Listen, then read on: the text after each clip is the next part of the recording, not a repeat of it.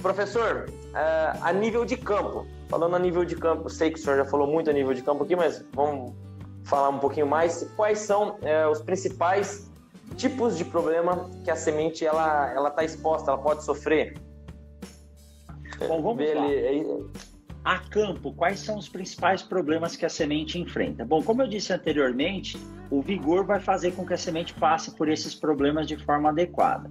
Mas quando a gente fala em problema que a semente vai sofrer no campo, ele é dividido em duas partes. Primeiro, o problema que pode ocorrer durante a fase de semeadura e depois os problemas que podem ocorrer entre a semeadura e a emergência da planta, tá? Muitas vezes a gente acha, Edu, que o processo de emergência é a germinação. E tecnicamente não é. Olha só como são incoerentes os nomes que nós utilizamos para as coisas. Se eu pegar uma semente de soja, colocar dentro da água, colocar num algodãozinho no copo lá, ela embeber e emitir uma pontinha de raiz, essa semente, do ponto de vista biológico, germinou. Germinou. Agora, para nós agricultores, isso é uma semente germinada? Não é, né? Semente germinada, para nós na agricultura, ela tem que computar uma plântula emergida com todas as suas estruturas ativas, né? Então, olha só, a gente fala de potencial de germinação, mas na verdade devia ser potencial de emergência. Por isso que muito produtor me pergunta, professor Coimbra, como que eu faço o teste de canteiro na fazenda? Aí eu explico direitinho. Quem quiser saber, me segue aí no Instagram, que eu passo depois o protocolo certinho. Para fazer teste de canteiro, tem técnica, não é colocar semente e jogar água lá não, tá? Então, a gente tem que computar as plântulas que emergiram. Então, vamos lá. Os problemas que a semente vai enfrentar. Vamos falar na parte da semeadura. Então, vamos imaginar que essa semente veio da indústria já tratada, perfeita, não sofreu nenhum dano nesse processo, tá?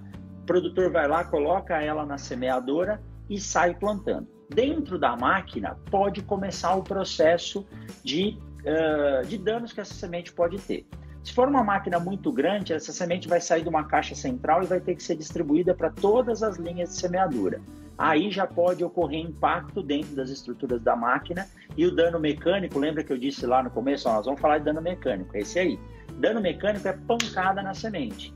O dano mecânico ele é cumulativo. Se eu der uma pancada no embrião, vai aumentar o processo de deterioração. Se eu der 2 pancadas no mesmo lugar, vai quadruplicar o dano ali, ele é exponencial.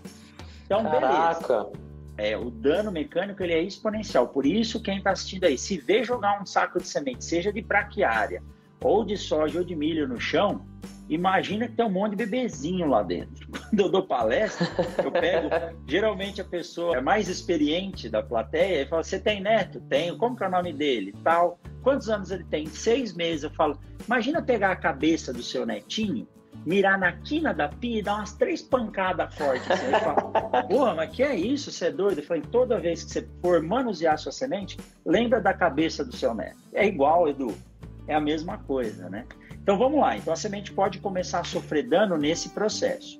Aí, ela vai para o sistema de distribuição da semeadora, que é o quê? Semeadoras de precisão, que é essa que coloca uma semente por vez no solo, ela tem que distribuir a semente de forma adequada, numa profundidade correta, né? E num espaçamento adequado.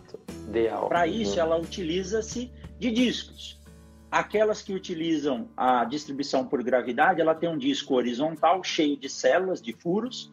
A semente cai ali dentro, conforme esse disco vai girando, ele vai soltando uma semente por vez lá para distribuir o número certo de semente.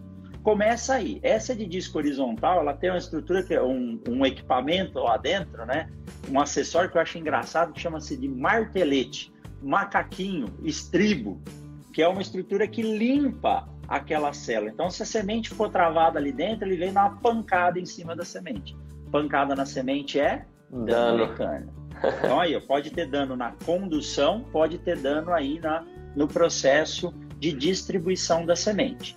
Outra coisa, quando eu tenho um disco horizontal, às vezes esse disco ele tem que ser rebaixado ou a semente não está muito uniforme e o anel e o disco ele acaba a semente que ela é muito grande, ela acaba passando um pouquinho da altura do disco, Então, quando ele passa lá na estrutura que vai limpar, ele acaba cortando ou danificando o tegumento da semente de soja, principalmente.